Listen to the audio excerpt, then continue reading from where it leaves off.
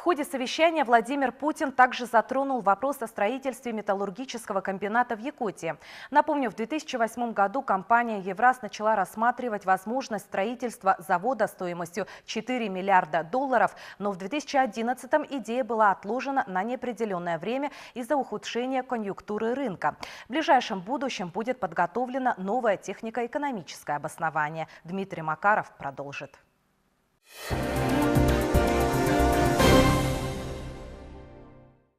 Новое технико-экономическое обоснование металлургического комбината будет подготовлено в ближайшее время. Владимир Путин дал соответствующее поручение председателю Совета директоров компании «Евраз» Александру Абрамову. По словам президента, необходимо дождаться стабилизации ситуации на мировом рынке. Замаячит свет в конце туннеля в металлургической сфере. Там в целом-то сейчас ситуация на мировых рынках неплохо складывается, она улучшается.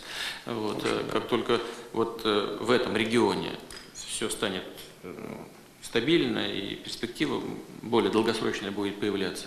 Давайте договоримся так, что мы не отказываемся от этого. В 2008 году компания начинала рассматривать возможность строительства металлургического завода стоимостью $4 миллиарда. Но в 2011 проект был признан экономически непривлекательным. Сегодня ситуация кардинально изменилась. Развитие инфраструктуры региона позволит реализовать мегапроект железорудного комплекса в Южной Якутии. В данном случае дорога железная от Неринги до Якутска, проходящая в непосредственной близости от этого месторождения, в общем, сделала этот проект экономически целесообразным, несмотря сами месторождения нам известны очень давно, но тем не менее развивались.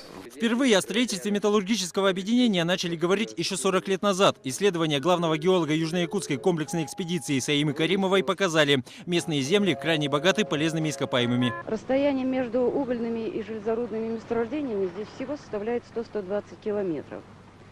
А если учесть, что качество коксующихся каменных углей и железных руд Южной Якутии высокое, то это уже само собой создает предпосылки для создания здесь в самой ближайшей перспективе металлургического производства. Железорудный комплекс «Темирь» включает в себя 4 месторождения – Таежное, Таранахское, Десовское и Горкистское. Основным потребителем руды в перспективе должен стать металлургический комбинат. Сегодня этим проектом заинтересовались и зарубежные партнеры. Прежде всего, это инвесторы из Китая. Буквально недавно у нас побывали представители руководства фонда китайского Юньцзинь. Этот фонд проявляет интерес, они заявляли о готовности инвестировать в создание металлургического завода.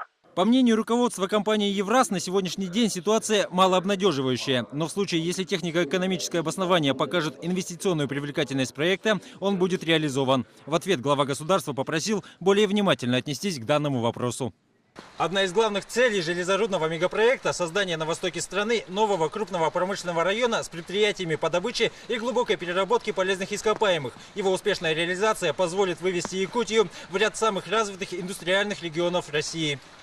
Дмитрий Макаров, Владимир Ермаков, Василий Иннокентьев, Вести, Якутск.